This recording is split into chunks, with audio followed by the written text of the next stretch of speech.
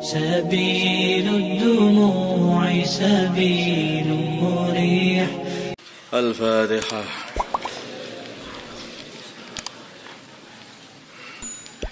Bismillahirrahmanirrahim. Keputusan Bahsul Masail Rebu 26 Rajab 1445 Hijriah, yaitu 7 Februari 2024 Masehi. Masalah membangunkan sholat. Firman adalah seorang santri yang giat berjamaah di masjid. Nggak tahu ini namanya kok ke Ustadz Firman, kenapa ya? Yes. Ya, ini contoh aja ini. Suatu hari ketika azan atau iqamah dilantunkan ya. Ketika sholat sudah sebenarnya bahasanya gimana? Masa azan iqamah dikumandangkan ya apa bener ya? Kayak mandang gitu loh bahasanya, bukan biasanya, bahasa yang benar itu gimana? Ayo. Mana ada orang Indonesia sini? Oh, enggak sih.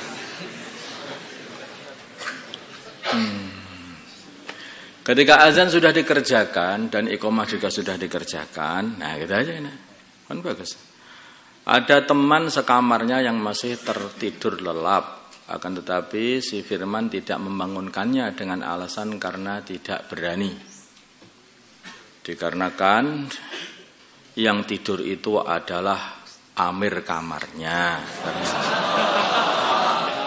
atau karena hal lain. Bagaimana hukum membangunkan orang yang sedang tidur guna mengerjakan sholat sebagaimana deskripsi di atas? Jawabnya adalah sunnah. Akan tetapi jika diyakini atau disangka kuat ia tidurnya setelah masuknya waktu sholat, ketika masuk waktu sholat malah tidur. Dan lagi apabila tidak dibangunkan maka ia akan mengerjakan sholat. Tambah lagi, ia akan mengerjakan sholat di luar waktu, maka hukum membangunkannya menjadi wajib. Jadi intinya ini ya ini aja. Kalau dikira ini orang anak ini kalau tidur ini kalau nggak dibangunkan nggak pernah bisa bangun, ini wajib dibangunkan. Kalau kamu lihat ini orang ini walaupun nggak dibangunkan biasanya dia terus sebentar, paling semenit 2 menit dia nanti langsung bangun sendiri dan selalu sholatnya di saf awal biasanya. Yang seperti ini nggak wajib dibangunkan ya. Tapi kalau kamu lihat orang ini memang diyakini ini nggak bisa, kalau nggak dibangunkan ya udah subuh sampai jam 9. Nah, ini. Hal seperti itu kelihatan seperti teman yang seperti itu wajib dibangunkan. Paham ya? Wajib dibangunkan. Makanya harus dilihat, kan tak tahu kan ada teman itu dalam satu kamar bisa dilihat ini tidurnya biasanya sebentar, dia habis ngaji, habis sore itu adzan asar dia datang capek ngeletak bangun langsung dia berangkat ke masjid, biasa seperti itu. Ada lagi kalau habis asar dia tidur masih sampai isya ini. Nah, itulah seperti itu atau sampai kelewat waktu maghrib. Nah, itu harus wajib dibangunkan orang seperti itu. Ya itu.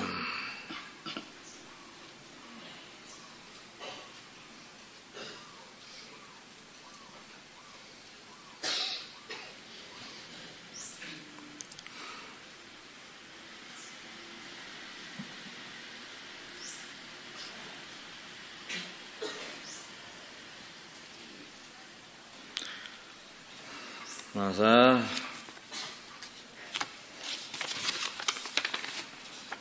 dua, merayakan Valentine. Bagaimana hukum merayakan Valentine? Jawab diperinci apabila mengikuti perayaan Valentine karena merasa simpati pada agama mereka atau bermaksud menyerupai mereka, orang-orang yang bukan orang Islam, dalam syiar kekafiran mereka, maka hukumnya kafir langsung. Apabila menyerupai hanya dalam syiar hari raya Valentinnya saja, maka hukumnya adalah haram.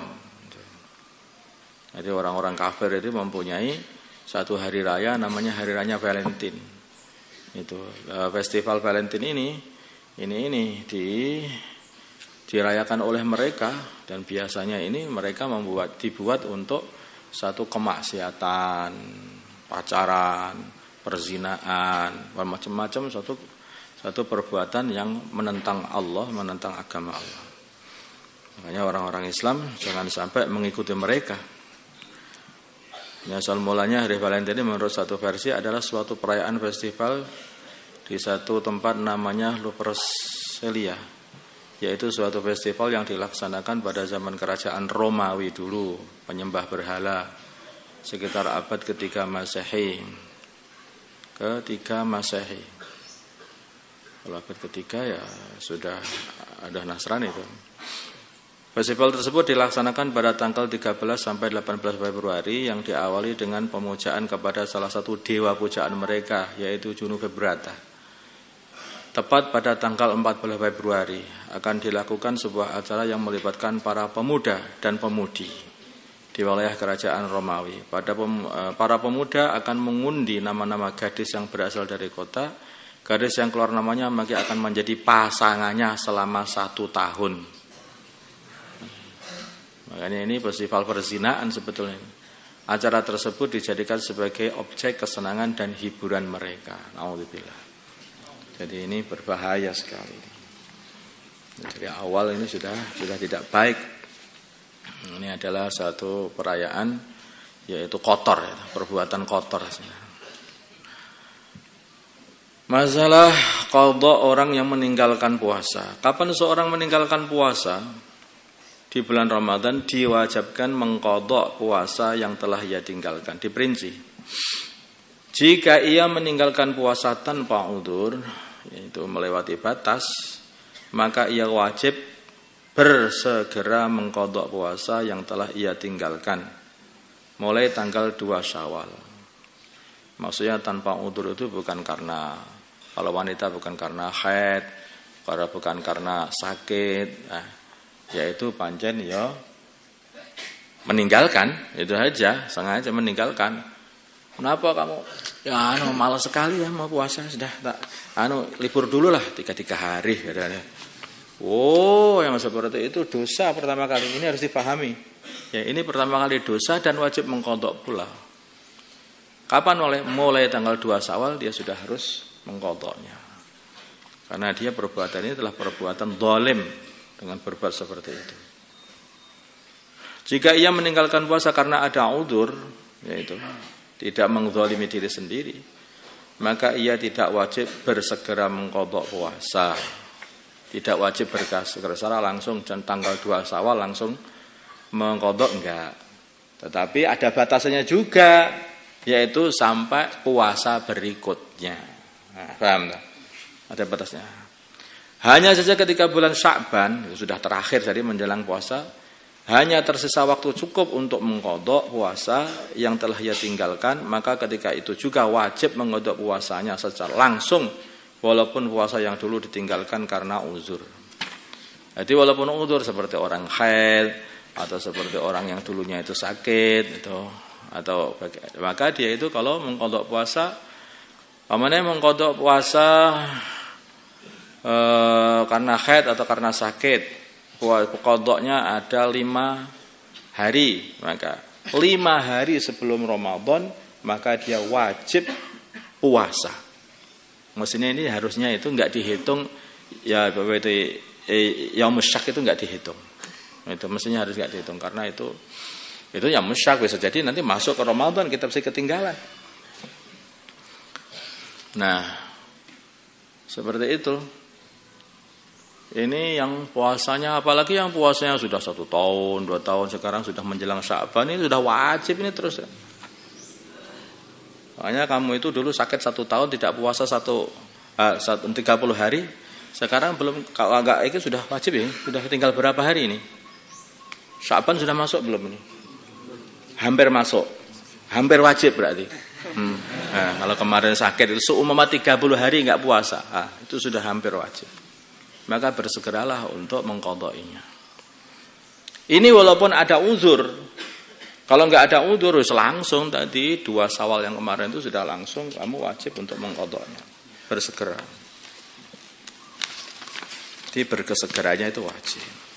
Tapi kalau orang itu tidak puasa karena uzur, dia tidak dosa. Tapi kalau dia tidak berpuasa Ramadan karena tidak ada uzur, dia dosa dan juga tetap qadha.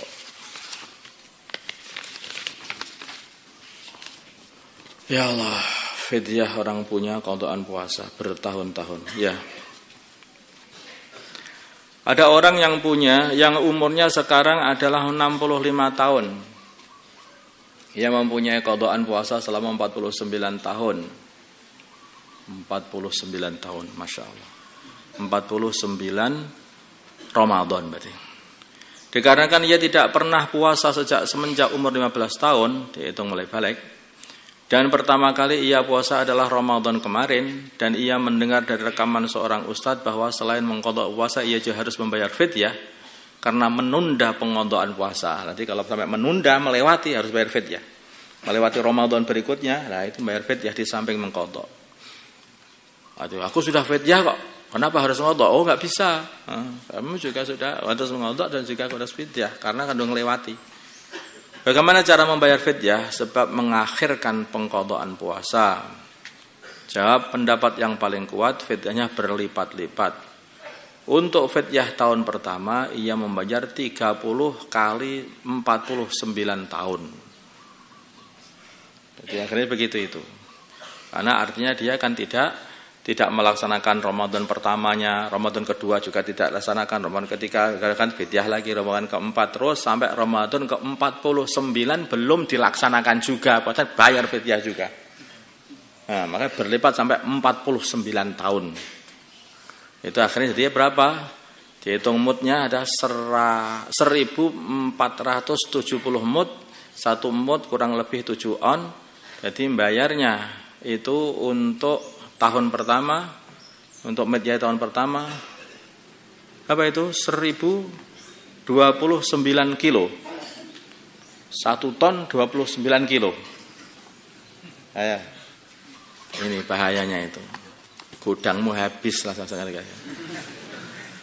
Kalau 1 kilonya 10.000 sama dengan 10.000 kali 10.290.000 rupiah. Itu tahun pertama loh, belum tahun kedua itu. Paham tak? Itu tahun pertama. Itu kamu ngelewati puasa yang 49 tahun yang lalu. Lah puasa yang 48 tahun yang lalu, nanti dihitung lagi. Lah puasa yang 47 tahun yang lalu, dihitung lagi satu persatu. Ayo, bagaimana itu? Apok lah. Untuk fidyah tahun kedua, makanya apa? 30 kali 48 tahun. 1440 mud, yaitu 1 ton 8 kilo. Nah, kalau 1 kilonya 10.000 menjadi 10.080.000 rupiah. Untuk fidyah tahun ketiga 30 kali 47 tahun. Double. Sehingga 1 ton 1.410 mud sama dengan 987 kg. Kalau 1 kilonya 10.000 berarti 9.810.000 dan seterusnya. Mana? Sudah diqadha belum? Sudah diqadha belum? Udah? Hampir semua ngodok. Itu ngomong semua itu. Tapi ini ada yang bertapi, sebagian ulama berpendapat fidyahnya tidak berulang-ulang, tidak double-double. Hanya mengeluarkan fidyah 30 kali 49 tahun saja. Yaitu di samping mengqadha'i puasanya itu semuanya, maka dia harus membayar 30 kali 49 tahun. Nah itu berarti bayarnya 10.290.000 Rp1.000. Ini dikasihkan yang mustahiknya. Masya Allah. Loh, kok banyak sekali itu gimana? Loh, memangnya agama itu murahan. Agama itu mudah, tapi bukan murah, bukan murahan. Kalau agama itu murahan, ya toh, itu berarti ya surga itu murahan, bidadari murahan. Ya gitu. Kamu saja itu loh mau ngopeni wanita bidadari dunia itu saja. Itu sudah usaha kerja 60 tahun bisa jadi untuk ngopeni bidadari dunia. Yang awalnya kayaknya cantik, kalau sudah 30 tahun ke atas sudah peyok. Makin peyok, makin menjadi minta kamu openi. Kerja habis-habisan untuk melihara bidadari dunia itu. Nah ini bidadari surga. Yang tiada tara itu kecantikannya. Yang bukan dari tanah tetapi dari za'faron. Nah, kamu kira 10 juta kok mahal banget? Kamu itu loh kalau ditimbang itu hargamu itu seberapa? Kalau nggak ada amal kamu itu loh karo tae bidadari aja itu lebih mahal tainya bidadari. Ya bidadari nggak naik lah, tapi katanya bidadari itu kalau meludah itu kerudungnya saja itu lebih baik daripada dunia seisinya.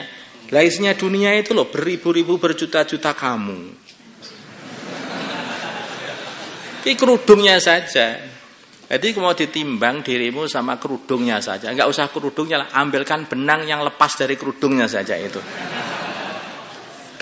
Jadi kita ini enggak ada harganya dibanding dengan yang ada di surga itu. Apalagi hanya 10 juta. Makanya itulah harus diqadha dan difidyahi biar bersih. Begitu akhirnya ketika kita di akhirat itu sudah siap apa itu dijadikan manten di sana ini. Kayak sana, siapa ini? Saya Fulan Pak. Kenapa? Saya manten surga, utang tok begini kan dengan utang ya karuan mau jadi nganten. Bayar dulu. Saya enggak ada apa-apa, repot kan? Nah, mau jadi nganten utang tok, enggak jadilah. Berarti ada perkara hutang ini jangan sampai orang itu mati itu meninggalkan hutang, itu berbahaya itu. Itu yang enggak hilang itu masalah hutang itu termasuknya. Allahumma shalli ala sayyidina Muhammad wa ala sayyidina Muhammad. Allahumma shalli wa sallim wa barik wa tarahham ala sayyidina Muhammad wa ala ali sayyidina Muhammad wa sallaita wa sallamta wa barakta wa tarahham ala sayyidina Ibrahim wa ala ali sayyidina Ibrahim fil alamin innaka Hamidum Majid.